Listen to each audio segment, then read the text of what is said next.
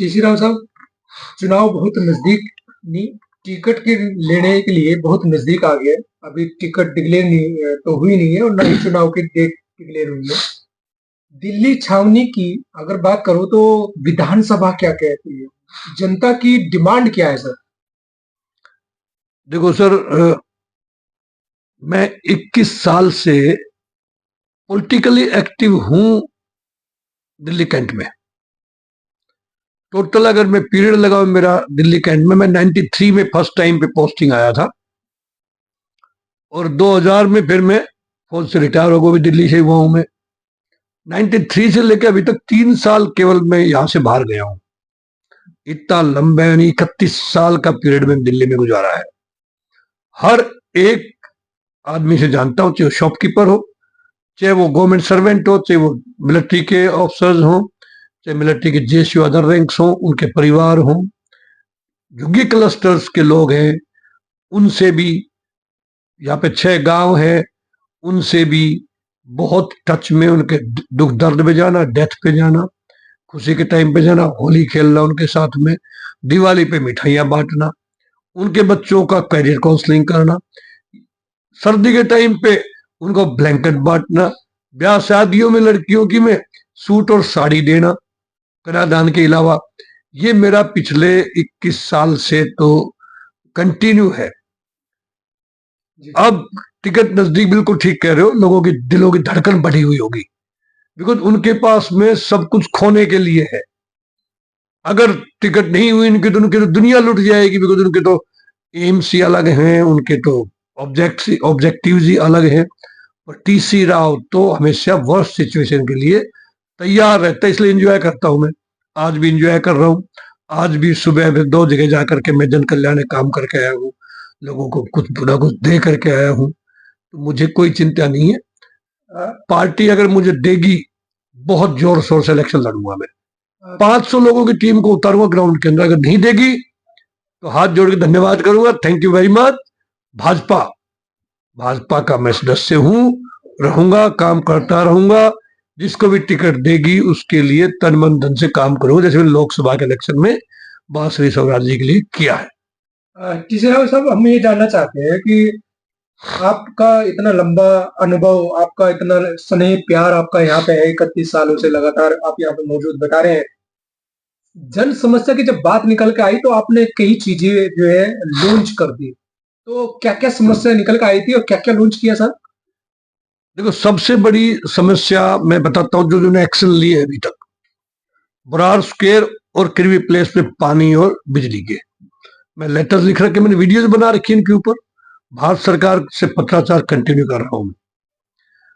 स्वास्थ्य की प्रॉब्लम थी, मैं अभी तक 17 मेडिकल कैंप लगा चुका हूं, जिसमें मेडिसिन, स्पेक्स और सैनिटरी नैपकिन मैंने फ्री दिए हैं, जिसमें मेरे ऑर्थोपेडिक, गायनोकोलॉजिस्ट, मेडिकल स्पेशलिस्ट और आई स्पेशलिस्ट 4 फैकल्टी को मैं लेके आता था। बात रही धर्म पुण्य की, मैं मेरे ख्याल से अभी तक 11 भंडारे भी कर चुका हूं। कोई एरिया नहीं बचा जहां के लोगों को मैंने प्रसाद बनवा के नहीं खिलाया, उनके घरों के सामने जाकर के। जन कल्याण की तो मैं, मेरे खून में है ये।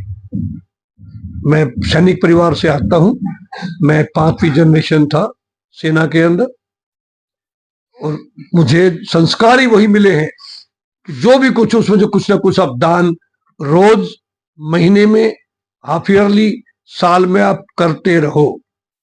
यही एक माध्यम है लोगों तक पहुंचने का, पुण्य कमाने का, और लोग फिर दुआएं देते हैं।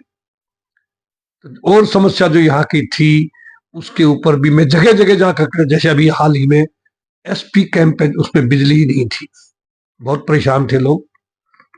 Sanjay camp, Vivekanand camp, Shankar camp, वहां पे मद्रासी कॉलोनी, हरिजन कैंप, इन सब में बिजली के मीटर लगे हुए हैं, बिजली रेगुलर आ रही थी, लेकिन सिर्फ एसपी कैंप बचा था। मैं एनडीएमसी में जो हमारे मेंबर अपॉइंट हुए अनिल बाल्मी, उनके पास में गया, ऑलरेडी ऑर्डर इशू करवा दिया है हमने। तो वहां बिजली की समस्या थी। पानी की, जैसे रेड क्वार्टर्स में पानी नहीं है, उसके लिए पाइपलाइन अलग डलवा, छोटा टुकड़ा ऐड होना है, उसके लिए बात होगी, वो बहुत जल्द डल जाएगा। बाकी है बात सैनिटेशन की, वो हम जागरूकता फैलाते, जब भी मैं जाता हूँ मैं जागरूकता फैलाता हूँ वहां पे जाकर के, मैं कैसे अपने आप को एरिया को साफ रखना है। मैं रोजगार के लिए लोगों को मोटिवेट करता हूँ, लोगों को कैरियर काउंसलिंग करता हूँ। युवाओं को जो पढ़ाई कर चुके हैं और जो रोजगार की तलाश में हैं, उनको मैं ओपन ऑफर देता हूँ, निमंत्रण देता हूँ।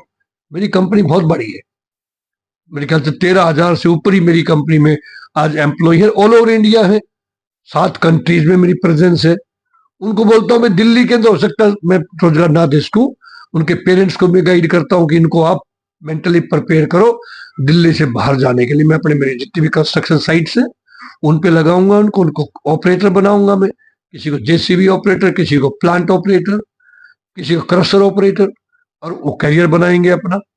तो ये जो समस्या है, मैं डे टू डे समस्याओं से इंडिविजुअली मैं बेनिफिट क्या कर सकता हूँ वो करता हूँ। बहुत केसेस के अंदर जैसे किसी की झुग्गी जल गई, आग लग गई, मैंने फाइनेंशियल मदद की। कईयों की डेथ हो जाती है, उनके बच्चे बीबी बेचारे रह जाती है, 3-3 4-4 बच्चे कैसे पालेगी वो। वहां जा जा करके मैं झुग्गियों में जा जा करके फाइनेंशियल हेल्प करके आता हूँ।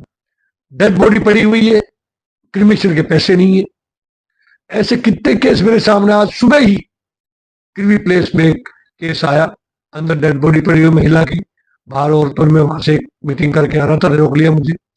उनको पता है कि टीसी राव है, ये गरीबों का मसीहा है, हमदर्द है ये।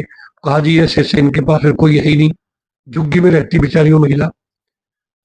उनका बेटा छोटा सा बाहर निकल के आया, बोला जी ये बेटा है, उनको भी मैं क्रिमेशन के वहीं पे ही उनकी मदद करके आया मैं। जो भी दीन दुखी है, जो जो ये कहिए कि बेचारे अपाहिज हैं, उनकी मदद मैं घर जा जा कल मैंने 2 जगह कल मैंने व्हील चेयर घर में जाकर के दी, एक झरेड़ा गांव में, एक सीवीडी लाइन्स में। ऐसे ही कितनी व्हील चेयर्स में कैंप लगा लगा करके बांट चुका हूं।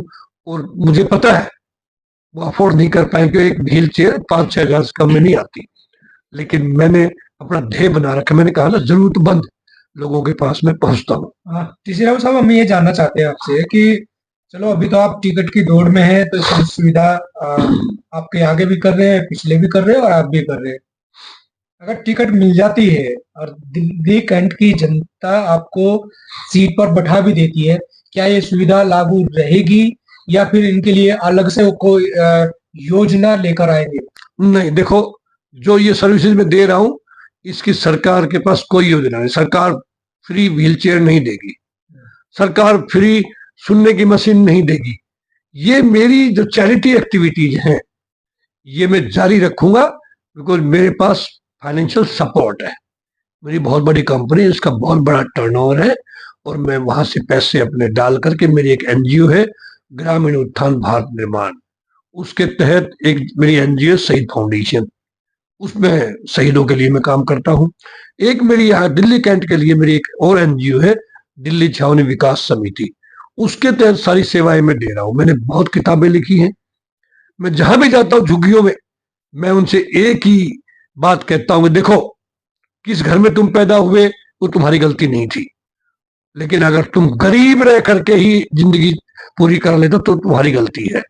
भगवान ने किस घर में भेजा, गरीब के घर भेजा, ऊपर वाले ने भेजा है। तो मैं उनको मोटिवेट करता हूँ गरीबी से बाहर आओ। मेरी पुस्तक है गरीबी अब और नहीं, जिसमें मैंने समाधान दिए हैं, अलग अलग सिचुएशन में अलग अलग मैंने समाधान दिए हैं। एजुकेशन के थ्रू कैसे आगे बढ़ना है, स्किल डेवलपमेंट करके कैसे आगे बढ़ना है, कोई छोटा व्यवसाय करके कैसे आगे बढ़ना है। मैं दिल्ली कैंट की जनता को क्या संदेश देना चाहते हैं सर? मैं उसी में आ रहा हूँ। मैं जहां भी झुग्गी झोपड़ी में जा रहा हूँ, अभी मीटिंग्स ले रहा हूँ, तो पहले मेरा आधा घंटा भाषण होता है उनके ऊपर कि वो गरीबी से बाहर कैसे आए। बड़े तकलीफ होती है देख करके। मैं उनको एक एक करके समझाता हूं कि मैंने जिंदगी में ओवर टाइम किया है। 7 साल की उम्र से मैं अगर याद करूं, हमेशा मैंने ओवर टाइम किया है। सेना में रहा, एजुकेशन जारी रखी, 24 साल नौकरी, 20 साल पढ़ाई की मैंने। बिजनेस में हूं मैं, समाज सेवा कर रहा हूं, ये ओवर टाइम है। किताबें लिख रहा हूं, 40 किताबें मेरी पब्लिश हो चुकी हैं। शाम को जब तक मैं 4 घंटा काम किताबों पर नहीं कर लेता, मुझे अच्छी नींद नहीं आती। तो मैं सब भाई बहनों से कहता हूं, बहनें हैं तुम भी काम करो। जो भाई 8 घंटे की ड्यूटी करके आते हैं वो एहसान ना दिखाए परिवार के ऊपर, कोई बड़ी बात नहीं 8 घंटे काम करना। नरेंद्र मोदी जी 20 घंटे करते हैं, टीसी राव जी 16-17 घंटे काम करते हैं। टीसी राव उनको तकलीफ भी नहीं है, ना उसको कोई तकलीफ होती है, ना वो थकावट महसूस करता है। तो मैं उन लोगों को अपना उदाहरण दे करके बताता हूँ, अगर जिंदगी में कुछ अनोखा करना है, अनोखा बच्चों से करवाना है, तो हमें मिसाल कायम करनी पड़ेगी। बच्चे कहने से नहीं समझेंगे, उनके सामने करके दिखाना पड़ेगा। ये मेरा जनरली लेक्चर होता है। उसके बाद में फिर उनको मैं फर्क बताता हूँ आम आदमी पार्टी का और भाजपा का। 10 साल में आम आदमी पार्टी ने क्या किया, यहाँ भाजपा के क्या क्या प्लानिंग आगे के लिए, भाजपा ने राष्ट्रीय लेवल पे क्या किया, गरीबों के लिए क्या किया, युवाओं के लिए क्या किया, महिलाओं के लिए क्या किया, मजदूर के लिए क्या किया। ये सब बातें मैं उनको फर्क फिर समझाता हूँ और लास्ट में उनसे नारे लगवाता हूँ, अब और नहीं सहेंगे, बदल के रहेंगे। दिल्ली कैंट विधानसभा में क्या संदेश देना चाहते हैं इसमें? अभी सबकी निगाहें जो है अब टिकट पर आकर उनकी है। मैं सभी 17 लोग इन्होंने यहाँ पे दावेदारी की टिकट की। हर आदमी का अधिकार है जो अपने आप को समझता है काबिल कि मैं भी एमएलए के लिए इलेक्शन लड़ूं, वो लड़ सकता है, अप्लाई तो कर ही सकता है। तो उन उम्मीदवारों में से जिसको भी टिकट भाजपा देगी, मैं कैमरे के सामने बड़ी जिम्मेवारी से कह रहा हूं,